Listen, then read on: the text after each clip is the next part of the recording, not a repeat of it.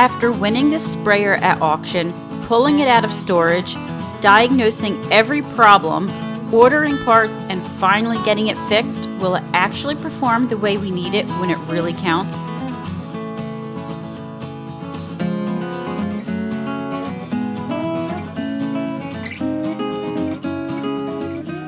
Hi, and welcome back to Whitetail Acres Farm. If you've been following along with us over the last few weeks, you know we've been on quite a journey with this ag sprayer. We won it at auction, pulled it out of storage, found that most of the nozzles and tips were barely functioning, and worked through replacing every clogged nozzle, filter, tip, and cap on the machine. And now we finally get to put it to work.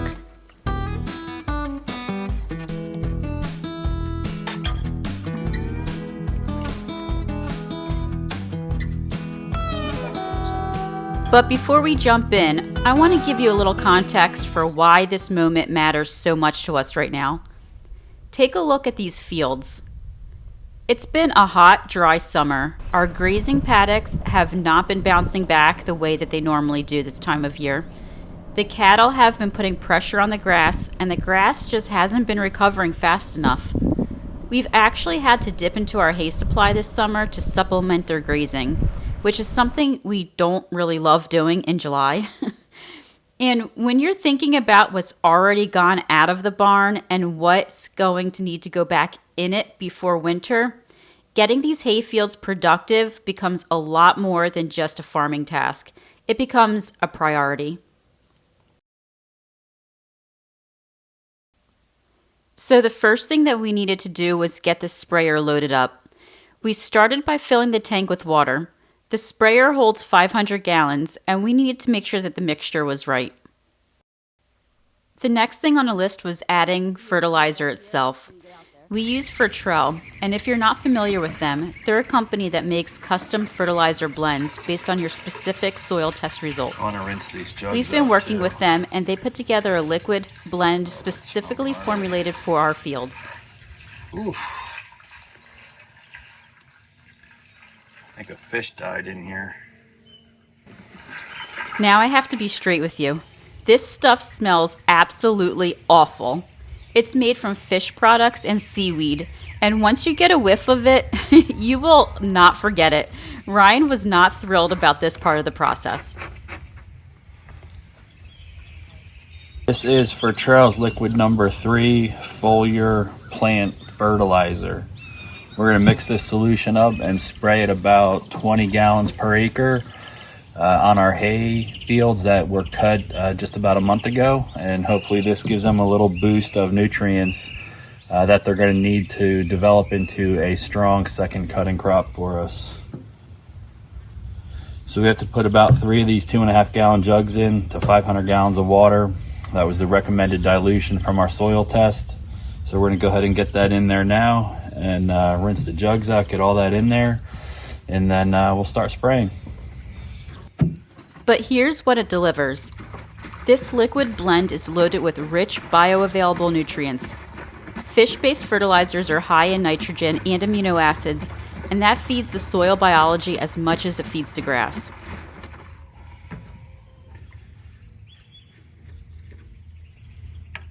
The seaweed component adds trace minerals and natural growth hormones that help the plant roots respond and recover. Your fields can access those nutrients quickly, especially with liquid application, because you're not waiting for the granular product to break down.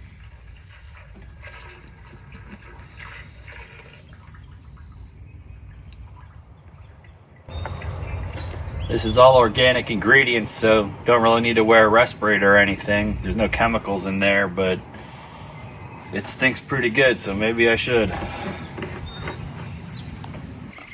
Now, before we see if this sprayer is actually going to work for us, if you're enjoying following along our journey as first-generation farmers learning all of this together, we'd love to have you subscribe.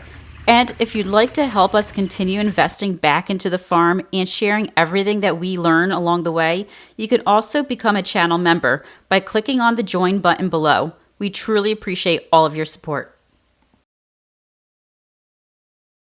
Okay, back to the sprayer. We made a very deliberate decision about when we were going to spray, and that's going to be early morning, and that's for 2 reasons.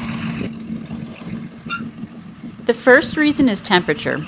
Once the air heats up significantly, you start to risk volatilization.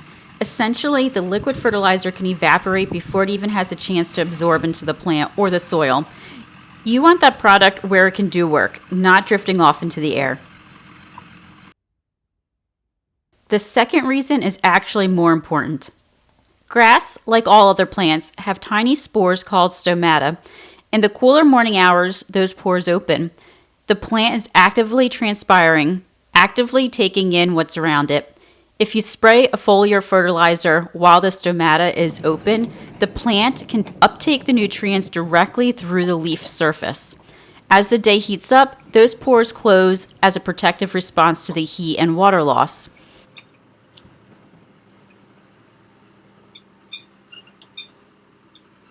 So we were up early and got after it.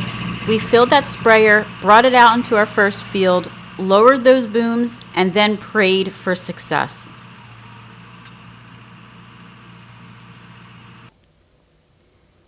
Watching the sprayer run across those fields for the first time, after everything that we went through to get here, I'm not going to pretend it wasn't a moment. Every nozzle on those booms was firing.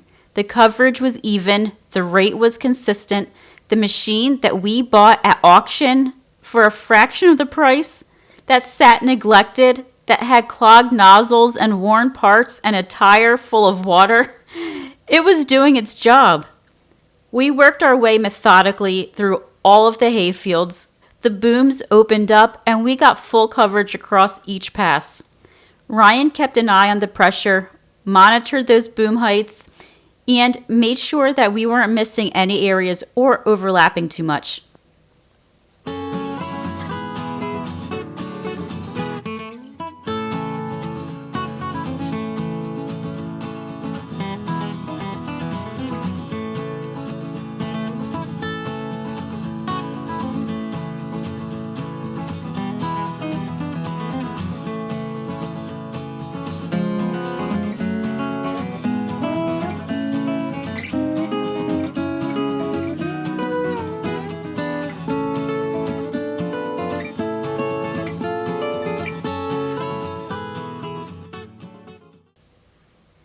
The liquid organic fertilizer went down exactly the way it was supposed to. You could smell it from across the field, which the neighbors were probably thrilled about. But all kidding aside, getting even coverage of a liquid fertilizer across your hayfields is not something you can do effectively any other way. You could broadcast a granular product, but you'd be waiting for rainfall to activate it. And that's something that we haven't been dealing with, so rainfall to help us was not an option. With this liquid application, it's down in a canopy, it's on the leaf surface, and it's going to work much faster. Now here's what we're hoping for, and we don't have complete control over this part. The forecast is showing rain in the next week or so, and that timing could not be more perfect. When you apply a liquid fertilizer and then get a good soaking of rain right behind it, a couple of things happen.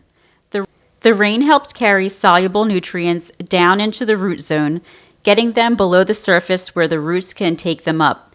It also supports the soil biology, those microorganisms that break down organic matter and make nutrients available to the plants. Moisture is what activates them. What we're looking for is a response to the grass, a flush of growth over the next 2 or 3 weeks that helps build a strong second cutting. And if we get that cutting, we add meaningful tonnage to our hay inventory going into the fall and winter. And right now that hay inventory matters because, as I mentioned earlier, it's been a hot and dry summer. And the grazing fields have been slow to recover, and we've already been pulling from the barn to keep the cattle comfortable. Every bale that we can put up this summer is one less bale that we have to worry about in January. There's a quiet kind of stress that comes with not knowing whether you're going to have enough hay to carry your herd through the cold winter. It's not dramatic. It's just always there in the back of your mind as a farmer. Getting this sprayer running and getting those fields fed is one step towards quieting that voice just a little bit. I want to take a second and just appreciate the full arc of what just happened here. A few weeks ago, we were standing next to a sprayer that we bought at auction, pulling off nozzle caps that were so caked in residue that we weren't sure if we were going to even get it working at all. There was this frustration that was involved. There were parts ordered. There was rain showers that happened that stopped us in our tracks before we finished. And now that same machine just laid down liquid organic fertilizer across all of our hay fields in a single morning. That's how it works on a farm. You inherit someone else's shortcuts, you work through them one at a time, you figure out your equipment by fixing it yourself, and then one day it just works. And that work you did to understand it makes you a more capable farmer going forward. All in all, it was a productive and successful few days. This chapter of our sprayer project is now closed, and we're proud of it. If you've used liquid fertilizer on your hay fields or pastures, or if you've got a go-to product or timing strategy that works well for you, we'd love to hear about it in the comments. Thank you so much for joining us today, and we will see you on the next one.